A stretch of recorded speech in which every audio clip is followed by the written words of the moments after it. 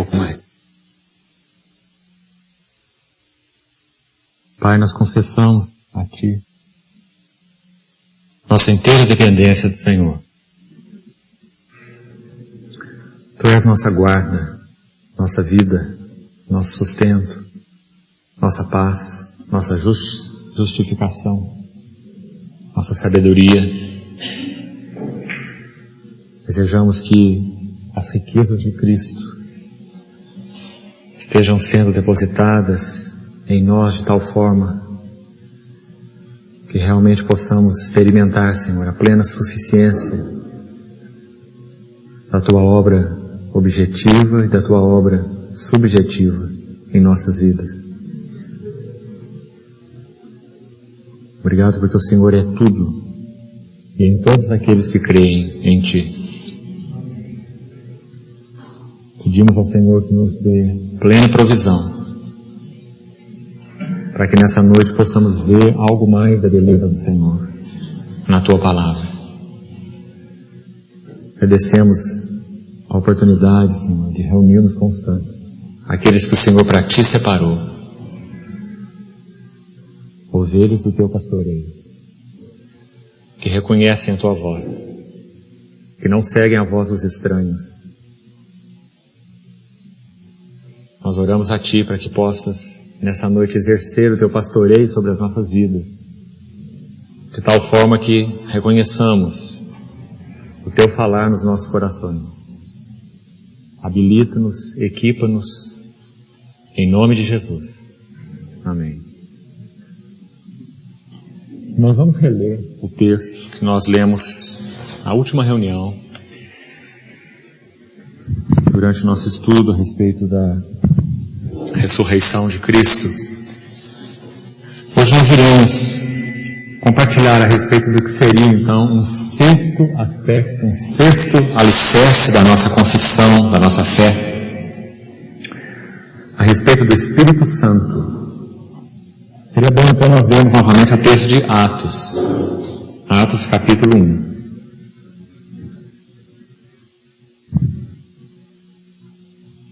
Escrevi o primeiro livro, o Teófilo, relatando todas as coisas que Jesus começou a fazer e a ensinar, até o dia em que, depois de haver dado mandamentos por intermédio do Espírito Santo aos apóstolos, foi levado às alturas, e a estes também, depois de ter padecido, se apresentou vivo, com muitas provas incontestáveis, aparecendo-lhes durante 40 dias, e falando das coisas concernentes ao reino de Deus.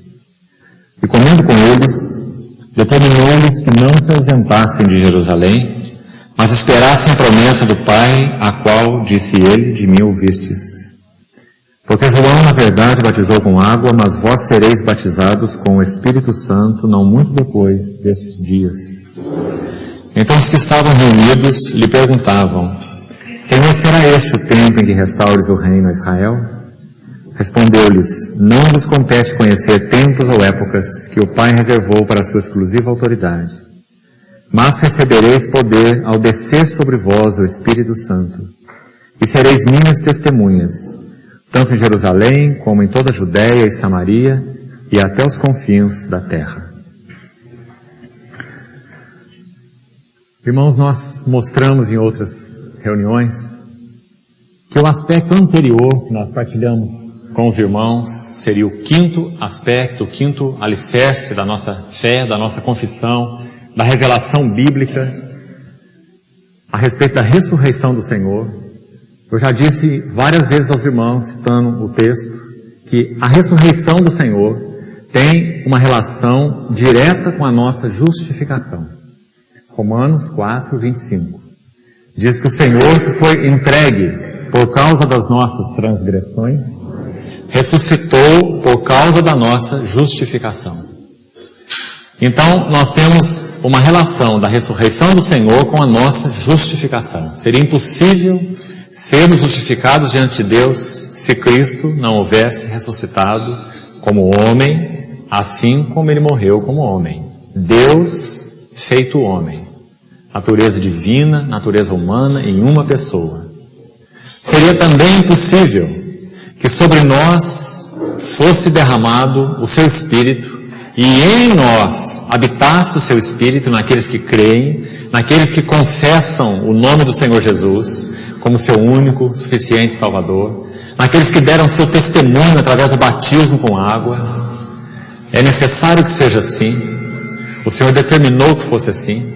Essa expressão da fé nele, expressa através do batismo na água, é uma ordenança do Senhor, porque é uma expressão natural, literal, daquilo que foi então executado nos nossos corações espiritualmente, o derramar do Espírito. Então, haveria uma impossibilidade total do Espírito Santo habitar em nós, naqueles que creem no Senhor e professam seu nome, se o próprio Senhor não houvesse ressuscitado. Claro.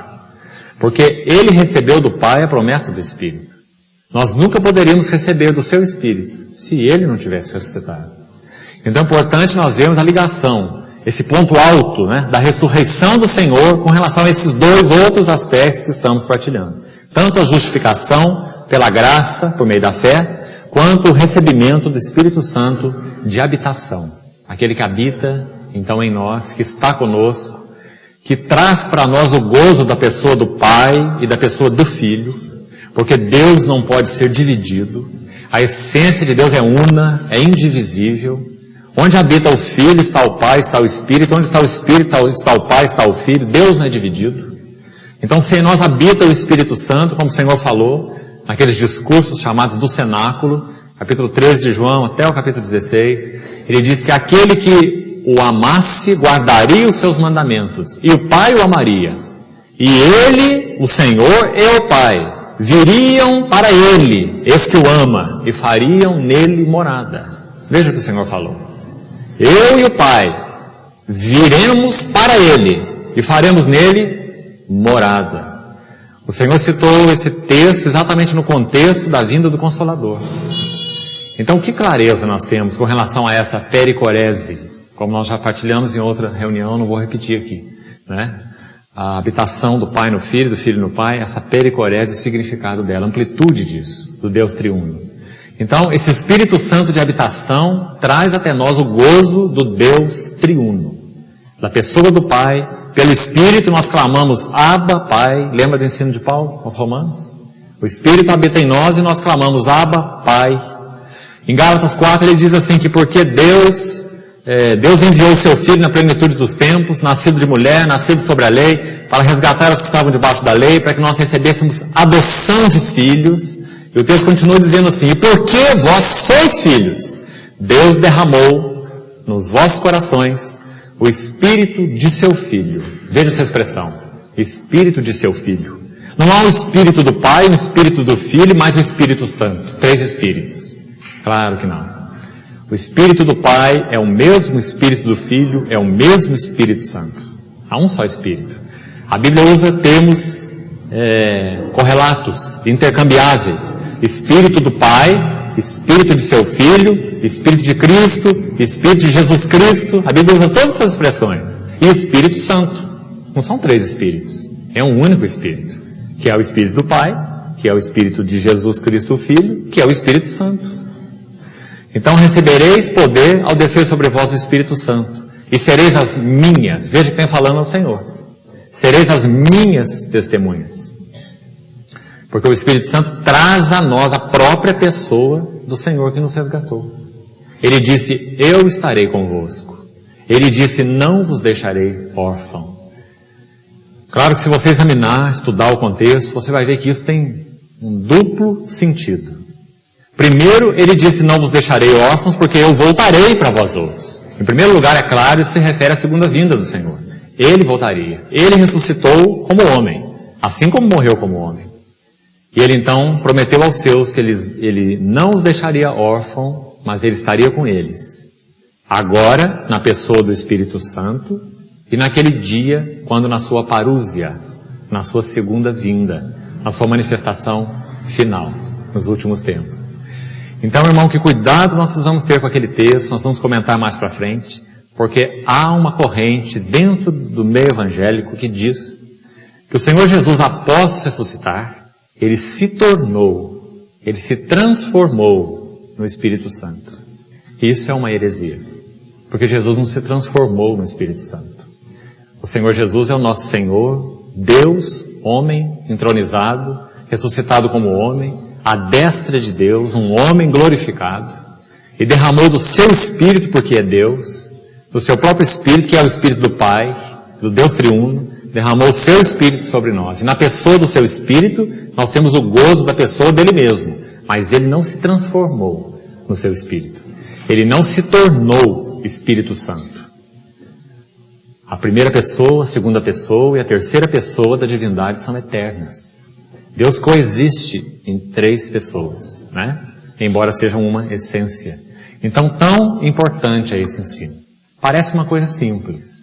Parece uma coisa talvez puramente acadêmica. Questão de ideias. Mas realmente não é. Porque se o Senhor Jesus se transformou no Espírito Santo, então não existe mais. E nós não temos ninguém para aguardar nos últimos dias. Mas Ele não se transformou no Espírito. Ele enviou o seu Espírito, que é um com Ele, um com o Pai. Então, essa primeira noção é importante a respeito do Espírito Santo. Agora veja nesse texto que você tem aí, na sua frente. Versículo 8 diz: recebereis poder ao descer sobre vós o Espírito Santo, e sereis os meus mártires, no original, minhas testemunhas. Agora volte, por favor, ao versículo 4. Comendo com eles, já disse que Lucas, ele reforça mais uma vez aqui a humanidade do Senhor, né? Uma visão não come, um fantasma não come, uma alucinação não come, mas um homem come. Comendo com eles, porque ele ressuscitou da mesma forma que ele morreu, como homem. Comendo com eles, determinou-os que não se ausentassem de Jerusalém, mas esperassem a promessa do Pai, a qual, disse ele, de mim ouvistes. Vamos, para começar, irmãos, lançar hoje só um panorama geral. Durante todo o nosso tempo aqui, na próxima reunião, se o Senhor permitir, a gente prossegue. Um contexto, vamos procurar contextualizar essa questão do Espírito Santo. O que significa esse derramamento? O que significa o Espírito Santo vir habitar em nós? Primeiro vamos dar uma olhada a respeito dessa nossa necessidade. O que a queda gerou em nós? Para que nós possamos avaliar bem o significado dessa grande bênção. Nós não fomos apenas salvos, no sentido de separados do mundo. Nós não fomos apenas justificados, éramos pecadores, por causa da oferta do Senhor na cruz, Ele nos cobriu com a sua justiça, Ele nos imputou, como também já estudamos no assunto da justificação, Ele nos imputou justiça, assim como o nosso pecado foi imputado a Ele. Não apenas isso, irmãos, a nossa salvação vai bem além do que tudo isso. Embora cada verdade dessa seja extremamente preciosa. Extremamente preciosa. Nós pecadores, considerados justos diante de Deus, por causa da justificação em Cristo. Isso é uma tremenda bênção, mas ainda não para aí. Ainda é pouco. Porque o Senhor poderia nos justificar e nós ficarmos da mesma maneira. Ele já nos justificou e isso é uma questão posicional. É uma questão fora de nós. É uma questão feita em Cristo. Posicional. Por isso chamamos posicional, ou objetiva, porque foi feita fora de nós. Foi você que se justificou? Não. Você foi justificado por causa da obra de Cristo na cruz. Então nós poderíamos ser justificados e ainda continuarmos escravos do pecado.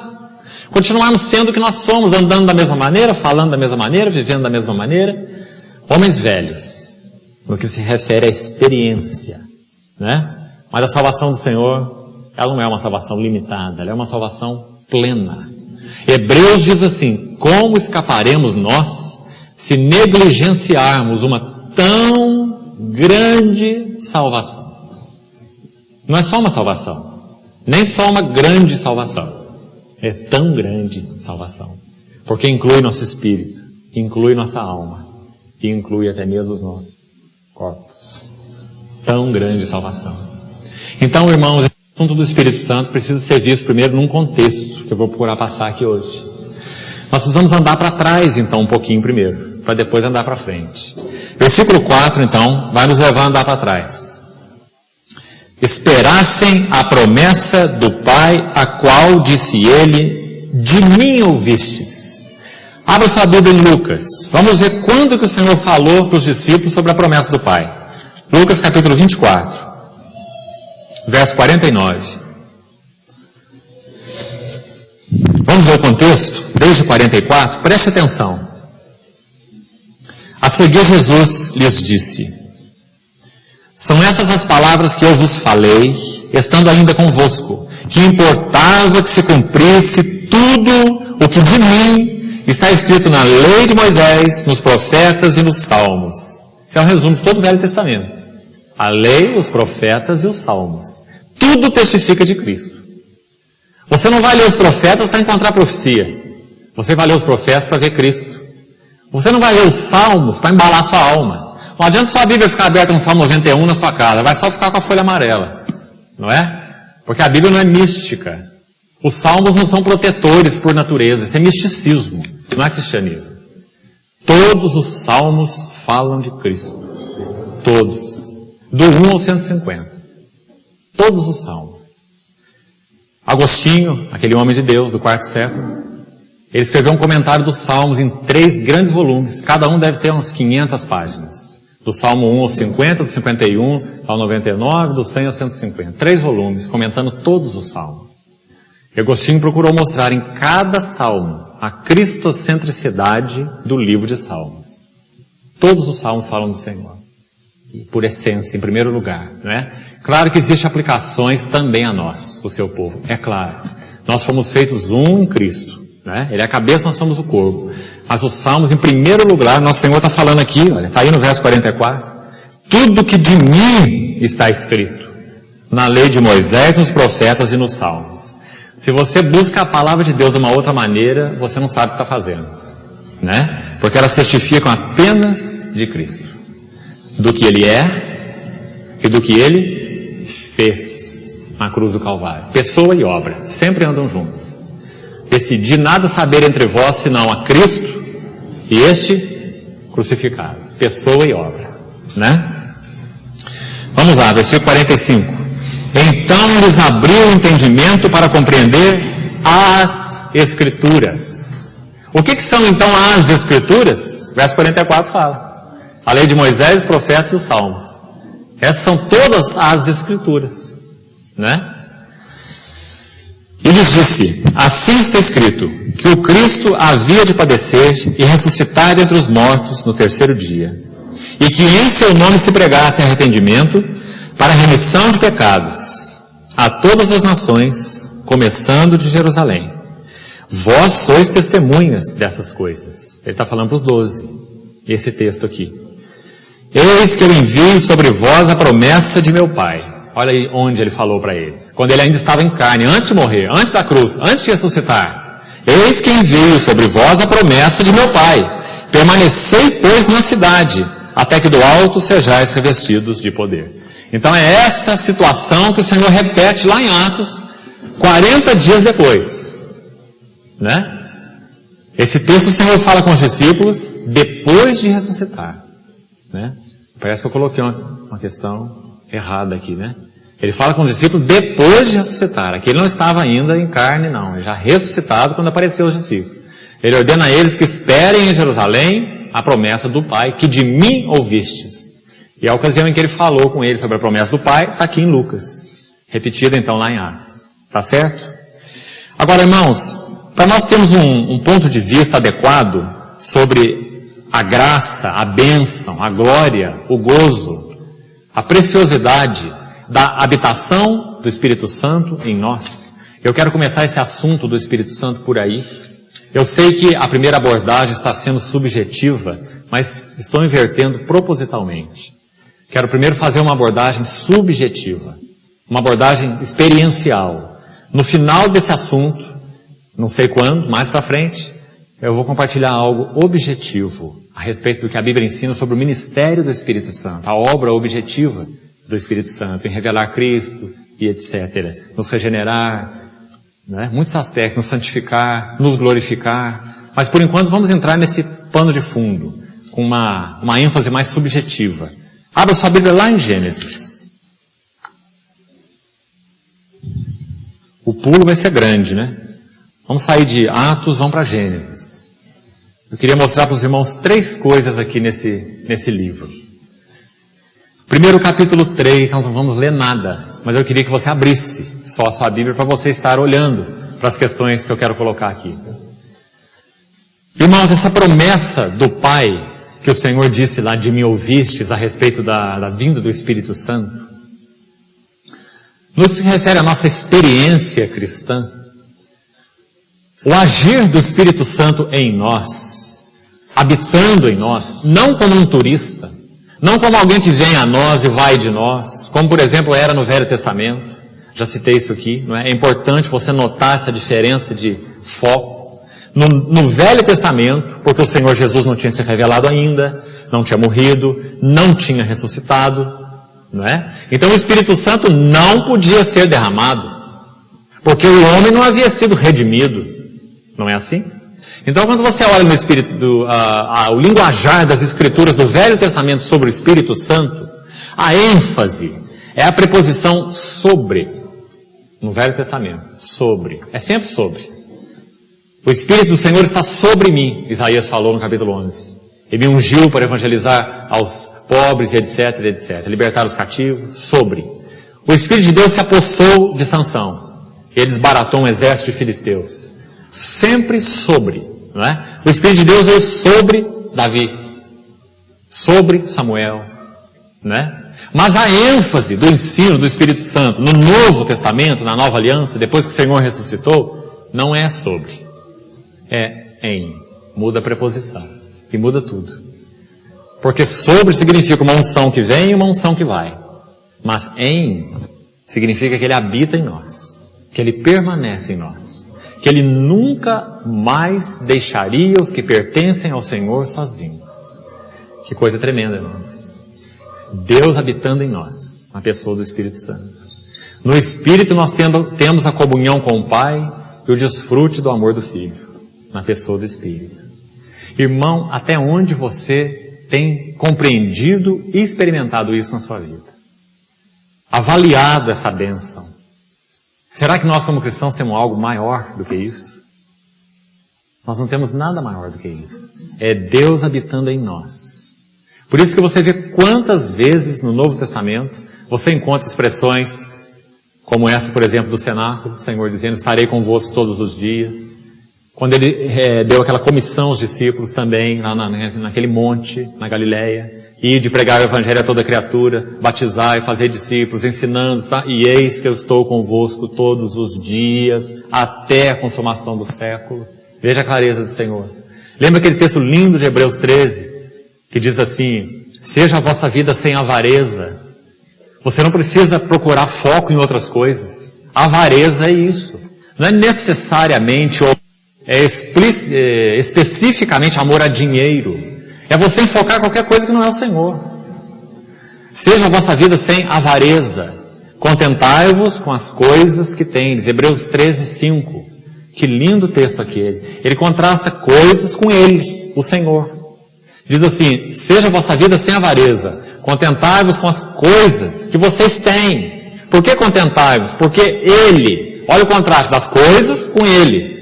Porque Ele tem dito, não vos deixarei, nunca jamais te abandonarei. Aí o texto faz uma conclusão dizendo assim, então afirmemos confiadamente, o Senhor é o meu auxílio, não temerei. Que me poderá fazer o homem? Irmãos, de onde vem essa coragem, essa ousadia, essa serenidade, essa tranquilidade na vida cristã? Na permanência do Espírito Santo em nós. Nós poderíamos até mesmo ser justificados de viver uma vida com medo. Poderíamos. Assim como muitos vivem. Mesmo sendo cristãos. Não é? Poderíamos ser justificados de viver uma vida cheia de ansiedade. Justificados de uma vida cheia de insegurança. Não é? Mas na medida em que vamos compreendendo o habitar do Senhor em nós, próprio Senhor e o Pai, na pessoa do Espírito, irmãos, nossa vida vai ganhando uma outra dimensão. O que Paulo chamou em Romanos 8, em Gálatas 5, de andar no Espírito. Andai no Espírito e jamais satisfareis a cobiça da carne. O que é andar no Espírito? É alguma coisa mística, inalcançável? O que será que é isso? A palavra de Deus ensina tanto sobre isso. Como isso é prático, né? Andar no Espírito é permanecer em Cristo. Andar no Espírito é ter as suas palavras permanecendo em nós. Andar no Espírito é habitar ricamente as palavras de Cristo em nós. Andar no Espírito é amá-lo. Há muitas explicações bíblicas sobre o que é andar no Espírito. Nada mirabolante, mas tudo muito doce, muito específico, muito prático. Aqueles que conhecem o Senhor sabem o que é andar no Espírito, né? Então a habitação do Espírito Santo em nós, irmãos, ela é a nossa grande bênção. Porque primeiro o Espírito Santo vai nos falar de tudo que Cristo cumpriu na cruz e que está fora de nós, que é objetivo. O Espírito Santo é que vai nos dar a segurança da salvação. O Espírito Santo é que vai ministrar para nós sobre o significado da justificação, como já falamos, que está fora de nós. Em primeiro lugar, o Espírito Santo é que vai nos regenerar.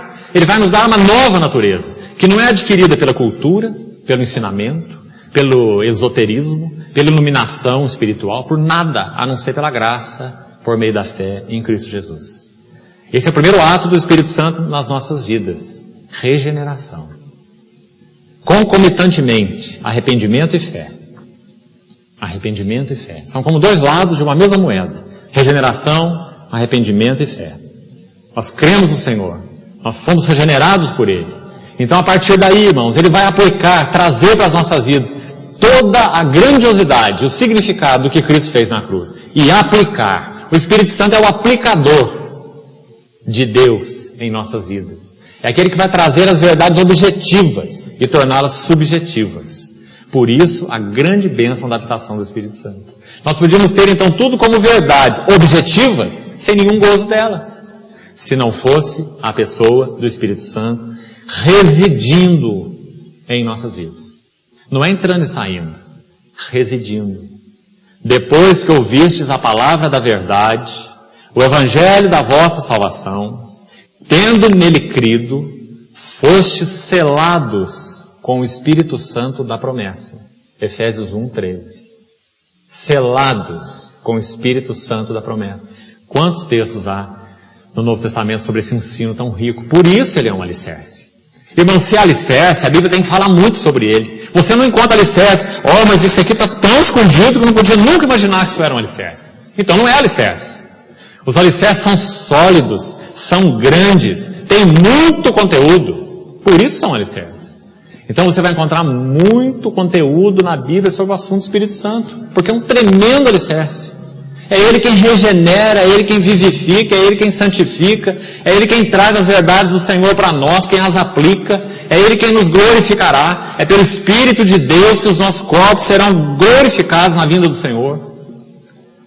É o Espírito de Jesus Cristo que ressuscitou dos mortos.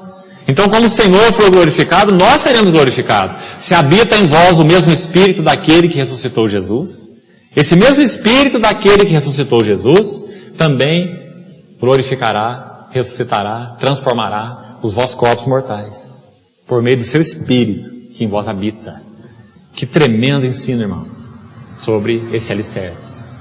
Nós vamos dividir então assim em etapas, para irmos compartilhando um pouquinho, porque é muito conteúdo sobre esse tão glorioso ensino. Então vamos lá em Gênesis, ver um pouquinho, abrir um parênteses aqui, vou fechar e voltar. Vamos olhar no livro de Gênesis, o que o pecado arruinou em nós? O que o pecado distorceu em nós? O que o pecado produziu em nós? Que então a habitação do Espírito Santo, agora de forma, enfatizando de novo, experimental, né? Porque quem lidou com as questões que eu vou colocar aqui foi em primeiro lugar o Senhor Jesus, na cruz do Calvário. Vou citar para você, depois eu mostro os capítulos, o pecado, a carne e o mundo.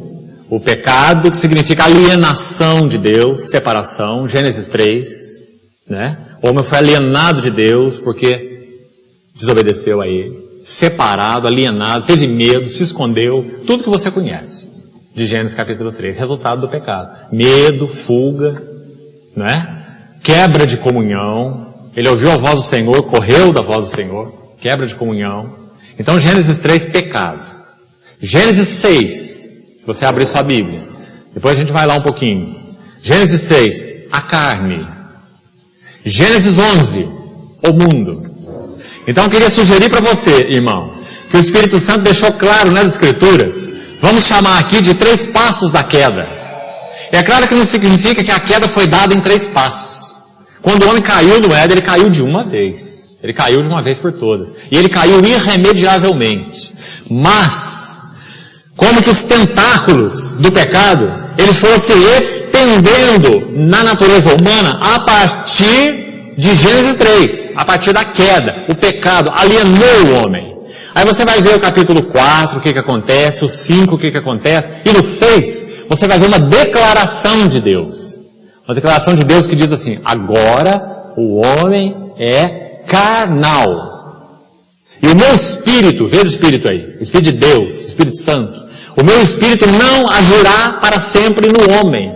O meu espírito não vai poder contender com o homem. O Senhor falou que a situação do homem era tão irremediavelmente perdida. Está lá em Gênesis 6, depois eu queria ler esses textos para que fique muito claro para você. A situação do homem era tão irremediável que o Espírito de Deus não conseguiria redimir o homem. Você já pensou nisso? A não ser pelo caminho da cruz, pela oferta do Senhor. Não tem caminho de volta. Contender significa pleitear. Seria uma melhor tradução. Na minha Bíblia diz contender. Creio que na maioria daqui, mas penso que existe uma versão que usa a palavra pleitear. Meu espírito não pleiteará para sempre com o homem, porque este é carnal. Por enquanto não precisa olhar, depois eu vou te mostrar esse texto em Gênesis 6. O que significa isso? Você tem Deus aqui e o homem aqui, separados pelo pecado. Gênesis 3, o homem caiu. E caiu de uma forma definitiva. Agora, os tentáculos da queda. Então quando chega em Gênesis 6, essa situação é manifestamente pior. Manifestamente pior. Não significa que o homem deu mais um passo e deu um outro passo. Não, ele caiu em definitivo da presença de Deus no Éden. Porque a palavra diz que ele foi expulso do Éden. Expulso do Éden. E ficou a peregrinar. Não é assim? Mas, irmão, a expressão da queda, ela se intensificou. Não sua magnitude, mas a sua expressão. Você compreende a diferença? A sua expressão, sua exteriorização. Então, quando você chega em Gênesis 6, se em Gênesis 3 temos o pecado, em Gênesis 6 você tem a carne. Depois vamos explicar o que a Bíblia chama de a carne. E em Gênesis 11, no episódio da Torre de Babel, também muito conhecido de vocês, você tem a experiência do homem numa vida coletiva sem Deus. Primeiro o homem cai, pecado. Depois o pecado estica os seus tentáculos em toda a natureza humana. E isso é evidenciado porque o homem se torna carnal. Toda imaginação do seu coração é má. É isso que está escrito em Gênesis 6. Depois vou te mostrar os versículos. É mau todo desígnio do seu coração. Está escrito lá em Gênesis 6. E como se isso não pudesse piorar, você tem Gênesis 11. Esses homens que são maus e com todo o desígnio do seu coração mau, o que eles fazem? Eles se ajuntam. Eles se reúnem em Gênesis 11. Torre de Babel. Confusão. A palavra de Deus, o Espírito Santo diz assim: o homem é um e tem uma só linguagem. Agora não haverá limites para o que eles querem fazer. Então o Senhor desce ali e faz o quê? Confunde a linguagem deles. Não é? No momento posterior a gente vai comentar. Mas você já viu a analogia que existe entre a Torre de Babel e o Pentecostes? Você já vê a beleza disso? Em Gênesis 11, o Espírito Deus, ele desce até aquela torre, até aquela cidade e confunde a linguagem do homem. Porque o homem era pecador, porque o homem se tornou carnal e porque o homem se ajuntou numa sociedade carnal e ímpia, edificando uma cidade, levantando uma torre, o topo chegar até o céu e fazer célebre o seu nome. Isso significa autoglorificação, né? O homem se deificando, se glorificando. Então o Senhor desceu ali e falou assim: olha, vinde, confundamos a sua linguagem, para que eles não se entendam, para que essa obra pare por aqui. Um ato duro, um golpe duro de misericórdia. Um duro golpe de misericórdia das mãos de Deus. Separando, confundindo, bagunçando a linguagem deles aí para que um não entendesse o outro e aquela obra enfim parasse e eles se dispersassem, não é? Pela terra. Então, irmão, que coisa linda você contrastar esse texto com o Pentecostes. O que aconteceu no Pentecostes foi o contrário. Muitas línguas e homens de muitos lugares. Ele cita mais de 10 lugares diferentes depois que o Espírito desceu. Eles não entendem a língua um do outro. São muitas línguas diferentes. Mas o Espírito Santo é derramado sobre aqueles 120 pessoas. E aquelas línguas repousam sobre cada um deles. E Pedro diz que eles começam a falar, cada um na sua língua, sobre as maravilhas de Deus. E falar de tal forma que aqueles de outras línguas, que estavam ali em Jerusalém, porque era a festa do Pentecostes, então Deus de tudo quanto é canto, eles estavam ali, na festa de Pentecostes, e ouviam aqueles 120, que eram judeus. Judeu só sabe falar hebraico, aramaico talvez, e grego, né? Não mais do que isso. Mas ali você tinha gente de tudo quanto é canto, ouvindo aqueles 120 falar das maravilhas de Deus nas línguas maternas deles. Então você vê aquela mesma e única mensagem, né, do Espírito Santo, unificando aqueles corações, aquelas vidas, né, com o mesmo centro. Todos eles falavam das maravilhas de Deus, né, do significado da morte, da ressurreição. Você lembra que quando Pedro toma a palavra, é isso que ele prega, né? A primeira mensagem da história da igreja, Atos 2, aquela pregação de Pedro. Então não tem como você ler Atos 2 e não se lembrar de Gênesis 11, porque é um quadro contrário. Em Gênesis 11 é confusão de línguas. Em Atos 2, todos entendiam as línguas estranhas. Aqueles que vieram de longe, com uma língua completamente diferente, ouviram uma mensagem do Evangelho ali em Jerusalém, por alguém que não sabia falar a língua deles, mas estava falando na língua deles. Eternas. E todos puderam entender o que se ouvia. Que coisa linda, né? Você vê que a ênfase não está nem no dom de línguas. Há pessoas que usam o dom de línguas pelo dom de línguas. Mas até mesmo nessa manifestação inicial, em que as línguas apareceram, a mensagem edificou a outro, e não apenas ao que falava. Pessoas então que tinham aquela língua lá da sua pátria, estavam em Jerusalém, puderam entender a mensagem, que quem falou não estava entendendo. Porque era uma língua estranha para ele, mas entendida por aquele visitante. Ele ouviu das maravilhas de Deus na língua dele. Veja a preocupação do Espírito Santo. Edificar. Sempre. Por isso, quando Paulo ensina lá em Coríntios, ele diz, aquele que fala em língua, fale consigo mesmo e com Deus, a não ser que haja intérprete. Porque é necessário que edifique a igreja. Sempre. Estude Atos 2, você vai ver que foi isso que o Espírito Santo fez. Até no Pentecostes. Preocupado então em que aqueles estranhos entendessem as línguas que estavam sendo faladas, né?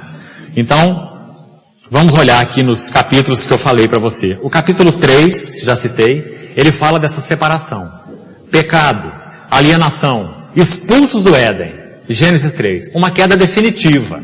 Uma queda irreversível. Agora, como eu já coloquei, vou repetir, você vai ver agora o que essa queda iria produzir. Gênesis 3, até onde isso iria? Então vamos lá em Gênesis 6. O texto que eu citei, versículo 3. Gênesis 3:3. Disse o Senhor, o meu Espírito. Esse é o Espírito Santo. Esse é o Espírito de Cristo. Esse é o Espírito do Pai. É um único Espírito. O meu Espírito não agirá. Minha versão é agirá. Outras versões traduzem contenderá. Outras pleiteará. O sentido então, como eu estava colocando, é esse. Deus está de cá, o homem pecador está de cá, e o homem pecador está caído de uma tal forma que Deus não pode redimi-lo por instrução. Deus não pode redimi-lo por falar com ele. Deus não pode redimi-lo por pleitear com ele. Deus não pode redimi-lo como que simplesmente concedendo arrependimento a ele. Porque o homem está de tal forma alienado, endurecido e corrompido que não tem forma de redenção. A não ser que a sua alienação, então, o seu pecado, seja justamente, de acordo com Deus, julgado. É uma situação que exige juízo. Então você precisa ver esse texto com muita seriedade, irmão. Com muita seriedade. Sabe por quê? É uma pregação do Evangelho da Graça lá nos primórdios, lá em Gênesis. Assim como no Éden aconteceu isso. O homem fez a roupa dele lá de figueira, de folha de figueira, para tentar resolver o seu problema, e nada resolveu. Porque a hora que Deus desce ao jardim e chama pelo homem, ele já está com aquela roupinha que ele fez, né? Quem sabe muito bem feita, muito bem tecida, mas quando ele ouviu a voz de Deus, aquela roupinha não adiantou para nada. Tanto não adiantou, que quando ele vai falar com o Senhor pergunta para ele, Adão, onde estás? Ele fala, eu tive medo porque eu estava nu. Ouvi a tua voz e me escondi. Mas, irmão, literalmente falando, ele não estava nu. Não estava nu. Porque nos versos anteriores já foi dito lá em Gênesis 3 que ele havia feito cintas com folhas de figueira para si. Então ele não estava nu. Literalmente não. Mas estava nu espiritualmente. Ele não podia ter comunhão com Deus. Ele não podia suportar a voz de Deus. Porque ele estava nu no que concerne a sua consciência. Não é que no que concerne o seu físico. Você vê? Então, essa é uma pregação linda do Evangelho, lá no Éden. O Senhor vem, desce até o Éden e veste o homem de pele de animal. Que aponta para o sacrifício de Cristo. Não é assim? Lá no Éden. Linda figura. Agora tem uma outra pregação do Evangelho da Graça aqui em Gênesis 6. Porque quando diz que o homem é carnal, o meu espírito não agirá, pleiteará, contenderá para sempre no homem, porque esse é carnal. E Deus determinou um tempo fixado para a eliminação do homem da terra. A eliminação. Serão seus dias 120 anos. Foi o tempo que se passou, desde que o Senhor falou isso até o dilúvio. Ele iria eliminar da face da terra o homem, com exceção de Noé e a sua família. 8 pessoas. 120 anos se passariam, até que o dilúvio viesse.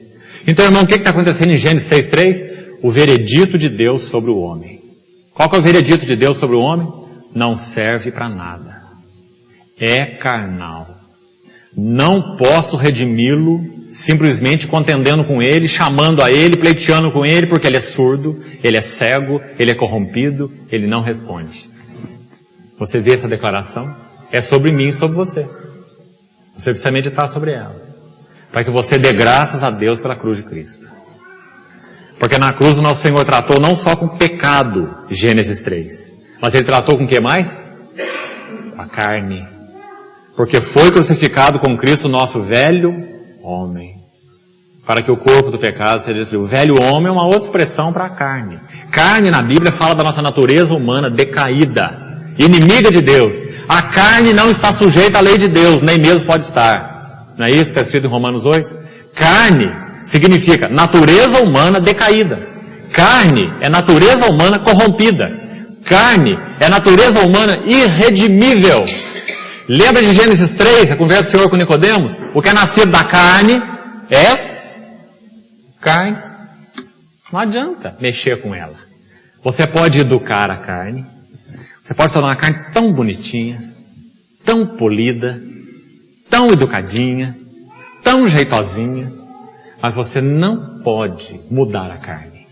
A carne não pode ser mudada. Você pode tornar a carne religiosa. A carne é muito boa religiosa. A carne sabe guardar preceitos, observar dias, vir na reunião, dar o dízimo. A carne é uma beleza. Religiosa, né? Mas a carne não pode ser redimida. Deus em Cristo, Ele nos deu uma nova natureza. Quem não nascer de novo, não pode entrar no reino de Deus. Quem não nascer da água e do Espírito, o Espírito é regenerador, né? Não pode ver o reino de Deus. Novo nascimento, regeneração. Então você vê que precisa desse ensino, né, prévio, precisamos desse ensino prévio, para podermos dar o devido valor e lugar à glória da pessoa e da obra do Espírito Santo nas nossas vidas. Do contrário, parece que ele é só um ajudante. Ele faz a metade do caminho, nós fazemos a outra metade, não é? Nós entendemos tudo errado na palavra, nós somos cooperadores. Cooperador é que opera junto. Então o Espírito Santo faz uma parte, eu faço outra. Essa não é, isso não é o estilo de cooperação que o Novo Testamento fala. O estilo de cooperação do Novo Testamento é Deus fazendo tudo. E nós fazendo tudo. Paradoxo, né? Deus não faz uma parte, nós fazemos o resto. Ele faz tudo, nós fazemos tudo. Ele é quem efetua em vós, tanto o querer como o realizar. Mas então Deus é que faz tudo. Ele dá até o querer e até o realizar. O que eu faço? Desenvolvo a minha salvação, com temor e tremor. Não é? É um aparente paradoxo, mas é assim que funciona. Deus sempre move a ação, mas nós temos a reação. Né? Hoje, se ouvirdes a sua voz, não endureçais o vosso coração. É assim que nós cooperamos. Mas se Ele não falar, nada. Sem mim, nada podeis fazer. Não é? Então aí você começa a entender o ensino do Evangelho. Irmão, não adianta você tentar melhorar a sua carne. Não adianta você querer, se você sofre de ansiedade, sua carne vai ser ansiosa até você partir para o Senhor. Você só pode ser livre de ansiedade andando no Espírito. E andar no Espírito significa então ver melhor a Cristo, amar a Cristo, ter a palavra de Cristo em você. Cristo mesmo habitando em você, você em Cristo, não é? E isso é andar no Espírito. O que é nascido da carne é carne, sempre será carne. E o que é nascido do Espírito é o Espírito. Não misture as duas coisas. Não tente redimir a carne, salvar a carne, mudar a carne, porque a carne engana-nos, principalmente através da religião. Uma das coisas que a carne mais gosta é religião.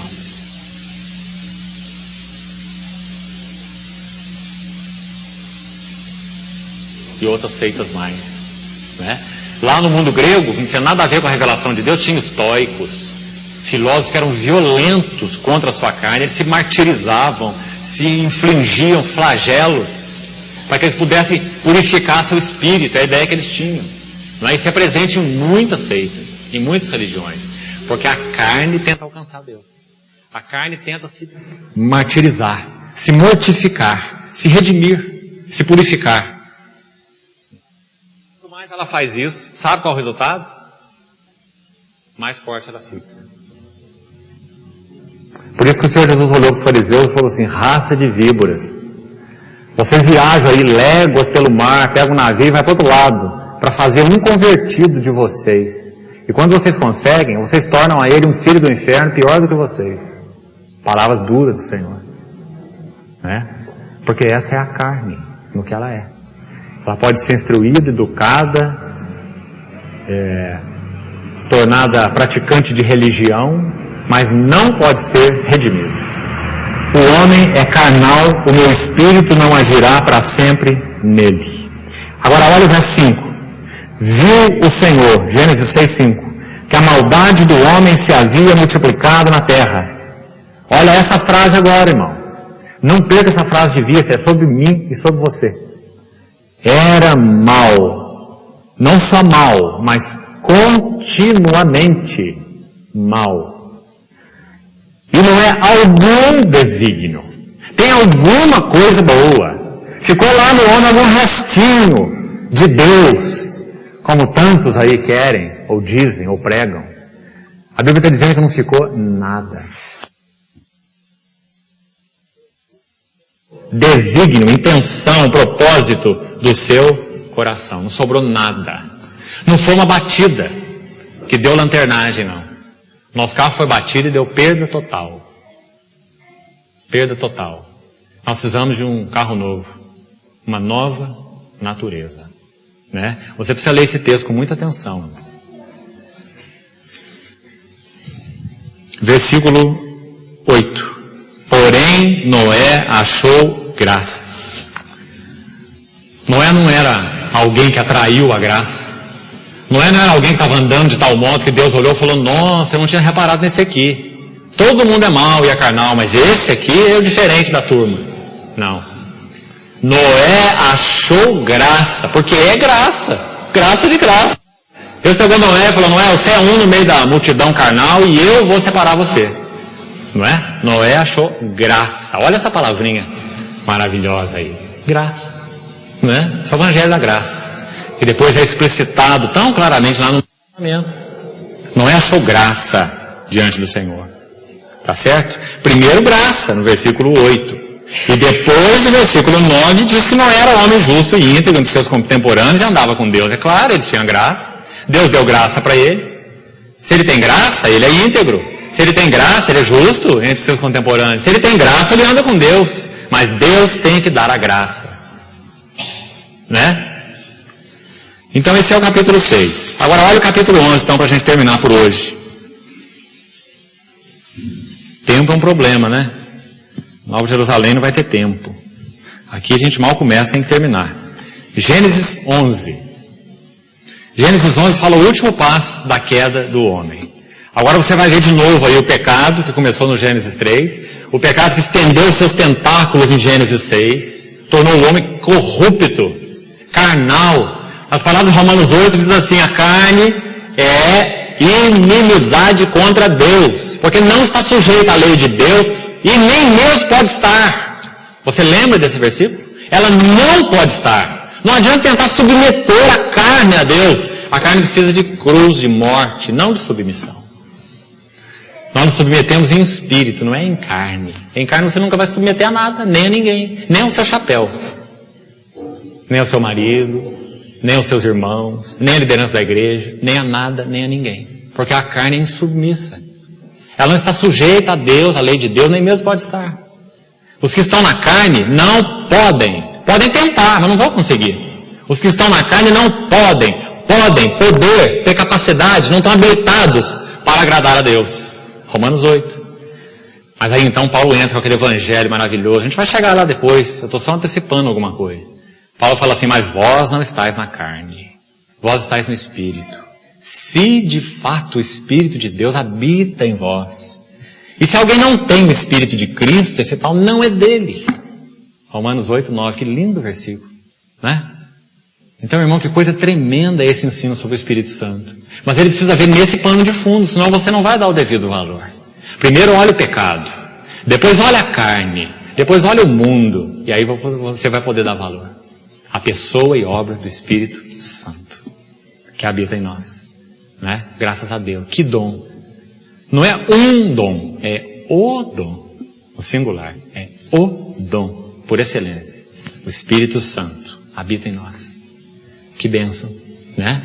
Então, para a gente terminar hoje, Gênesis 11. Abre sua Bíblia. Olha o que está acontecendo aí. O pecado tornou o homem carnal. E como eu falei, não parou aí, porque isso ainda está restrito ao indivíduo, né? Agora você vai ver os indivíduos, lá de Gênesis 6, maus, continuamente maus, né? Você vai ver esses indivíduos se juntando em Gênesis 11. Isso é o que a Bíblia chama de mundo. Mundo significa um conjunto de indivíduos carnais, que são todos aqueles que nasceram de Adão, somos todos nós por natureza, todos, sem exceção.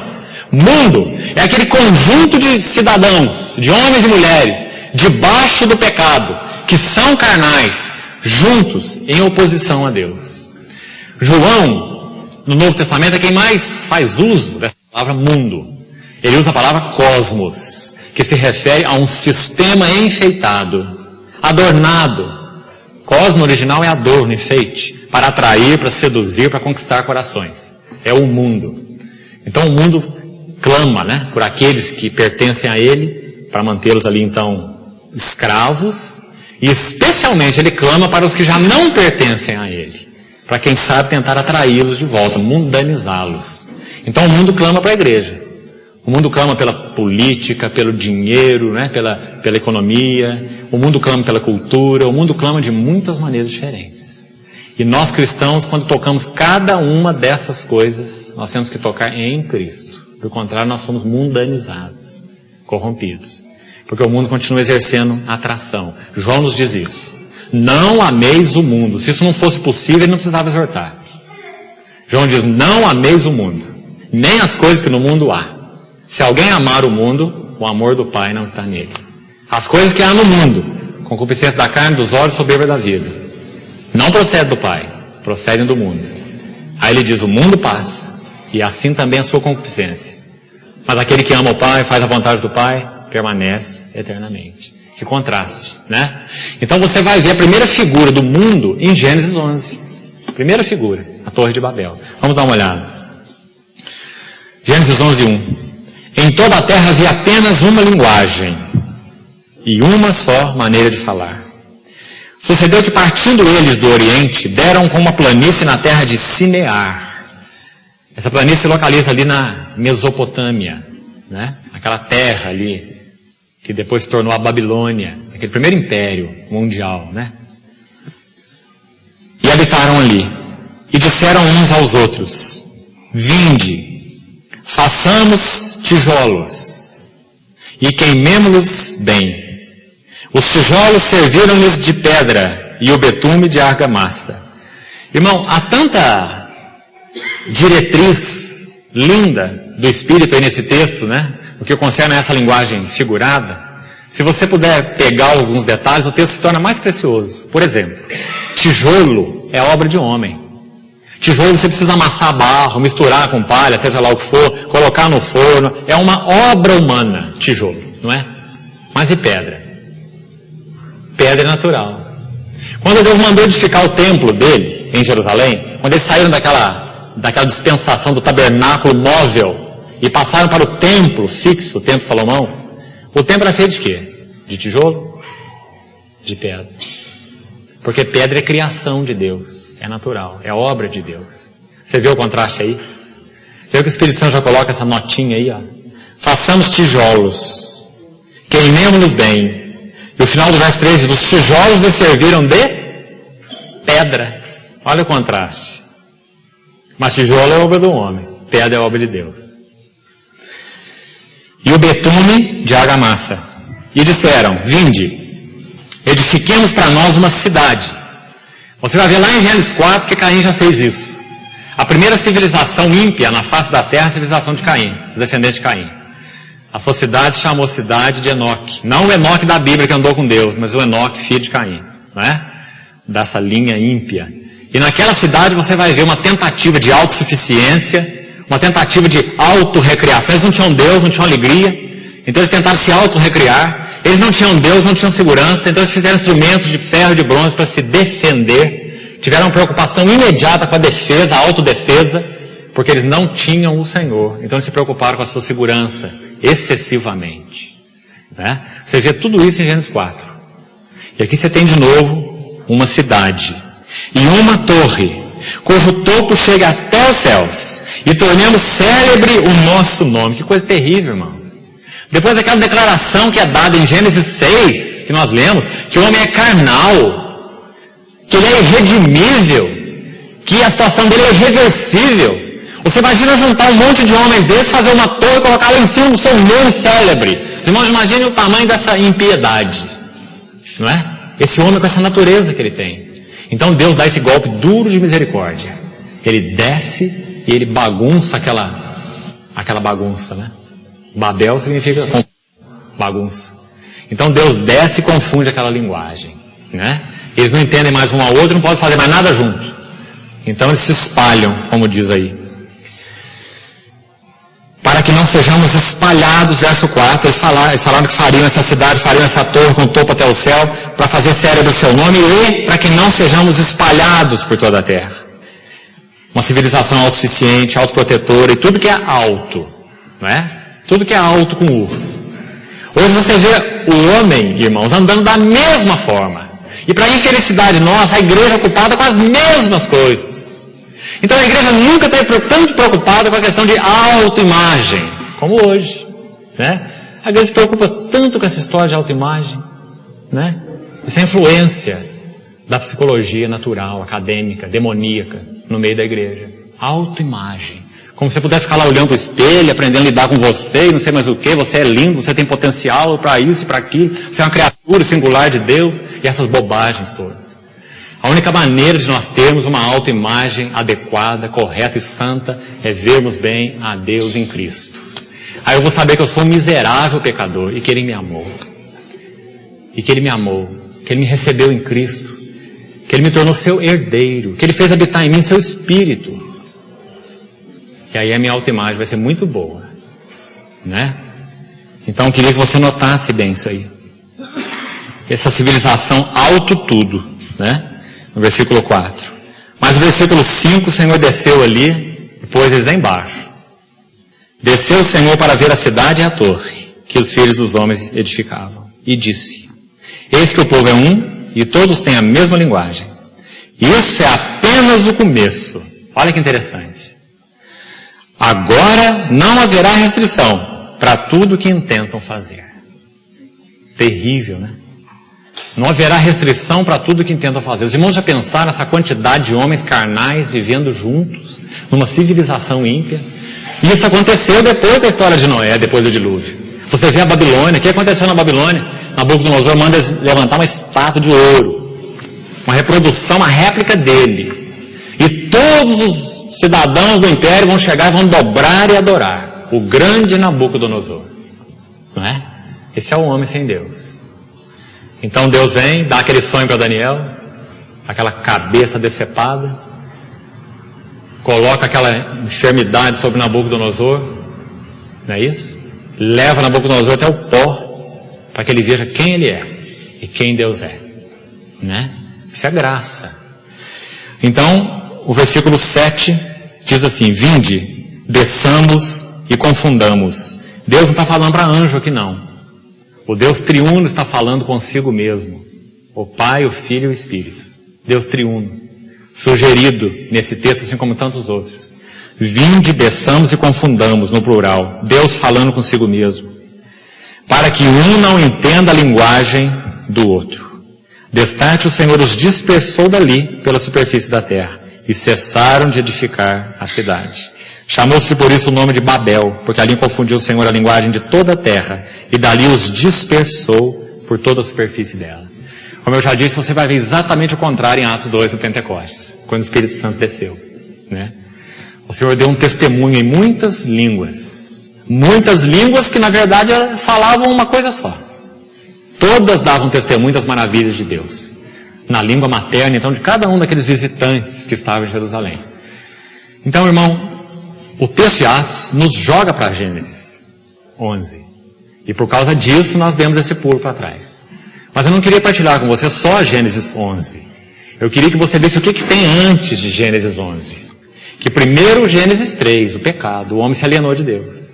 E depois de Gênesis 3, Gênesis 6, ele se torna carnal. E todo seu coração é mau, toda intenção, todo propósito. Mas ainda não para aí. Eles se ajuntam uns com os outros para viverem por si mesmos. Uma civilização que se autoglorifica, que é autossuficiente e auto tudo. Então Deus vem e intervém com aquela descida ali. O que nós temos hoje na pessoa do Espírito Santo? Em primeiro lugar, o Senhor Jesus na cruz. Ele tratou com o pecado, a carne e o mundo. Com relação ao pecado, 2 Coríntios diz que aquele Jesus que não conheceu o pecado, Deus o fez pecado por nós. Não é? 2 Coríntios 5, 21. Ele foi feito pecado por nós. Com relação à carne, Gálatas 5, Paulo diz assim que os que são de Cristo Jesus, os que pertencem a Ele, crucificaram, a palavra está no passado, já crucificaram a carne com as suas paixões e concupiscências. Porque a nossa carne também foi lidada na cruz pelo Senhor Jesus. E com relação ao mundo, o terceiro aspecto, o Senhor Jesus, ainda em carne, disse aos seus discípulos que chegou a hora de ser julgado este mundo, e o seu príncipe será expulso. Lembra do Senhor falando isso? Eu, quando for levantado da terra, atrairei todos a mim mesmo. Então, na cruz, o Senhor lidou com o pecado, a carne e o mundo, e nós estamos libertos dos três ao mesmo tempo. Agora, o Espírito Santo, por habitar em nós, ele vem aplicar essa verdade nas nossas vidas. Para que não vivamos em sujeição ao pecado, fazendo seus desejos, nem à carne, nossas cobiças e paixões e desejos e ambições, e nem ao mundo, esse sistema perverso e contrário a Deus. Tudo isso é dado a nós experimentalmente pela pessoa do Espírito Santo. E objetivamente pelo que Cristo fez na cruz. O Espírito Santo aplica a nós o que o Senhor fez. Então, esse é um pano de fundo. Nas outras reuniões nós vamos entrar em mais detalhes sobre essa obra dessa pessoa tão gloriosa do Espírito. Amém. Vamos orar. Pai, como poderíamos te agradecer, Senhor, por essa tão grande salvação? Nos faltam totalmente palavras adequadas, Senhor. Muito obrigado pela tua imensa graça. Muito obrigado pela tua misericórdia. Porque o Senhor pôs o teu santo coração na nossa miséria. E nos elevou, Senhor, a uma posição de união contigo em Cristo Jesus. O que mais poderíamos querer, Senhor? O que mais poderíamos almejar? Ajuda-nos a habitar em Ti, Senhor, apenas habitar em Ti. Permanecer em Ti. Para que o Seu fruto seja evidente das nossas vidas. Senhor, liberta a Tua igreja daquilo que ela já foi libertada. Em Ti. Do pecado, da carne, do mundo. Para que nossas vidas sejam vidas de testemunhas daquilo que o Senhor efetuou e daquilo que o Senhor é. Muito obrigado porque em nós habita o Teu Espírito, Senhor, nos selando e como esse penhor que temos, a primeira prestação de toda a glória que o Senhor há de revelar em nós. Como agradecemos, Senhor. Em nome de Jesus. Amém.